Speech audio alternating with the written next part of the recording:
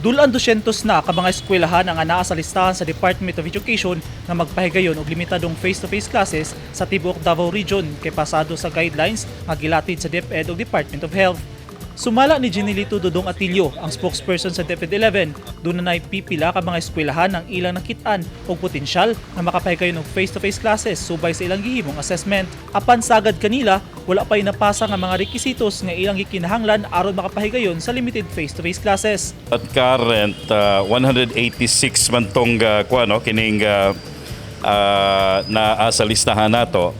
And then some of them have gotten already the approval of DepEd through the concurrence also of the Department of Health. Ang uban ani are still undergoing evaluation simply because napay mga requirements nga wala pa na napasa og napatuman.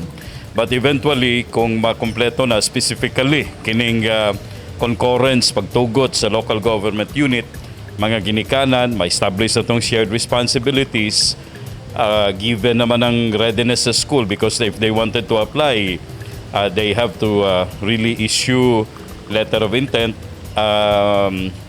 maaprobahan sila. No? Basta all of these are present and submitted. Dugang ni Atilio, target sa Department of Education nga dunay expansion sa ipahigayong face-to-face classes sa rehiyon. Daghan mas maayo because nakita naman po nato ang readiness sa daghang mga tulunghaan nato, both public and private. Sa Davao City, unom pa lang ka mga eskwelahan ang nagpahigayon og limited face-to-face classes. Usa ka private ug 5 ka mga public schools nga sagad himutang sa 3rd District nga dunay gamay nga natalang kaso sa COVID-19. Gilang uban kini sa 3 ka mga high school, 2 ka elementary, sabtang usa niini ang kindergarten. Malaom usab si Atilio nga mas daghan pang tulunghaan ang makasalmot sa face-to-face classes sa balik eskwela karong tuiga sanglit. Hinahinay nang gipailawom sa mas ubos nga alert level status ang syudad, ingon man ang pipila ka probinsya sa Davao. We're hoping because ang lakang should emanate from the school itself. Ibig sabihin, we do not order the school that you have to be part of the face-to-face implementation. Kinahanglan magsumikad sa ilaha because they have a lot of responsibilities to do.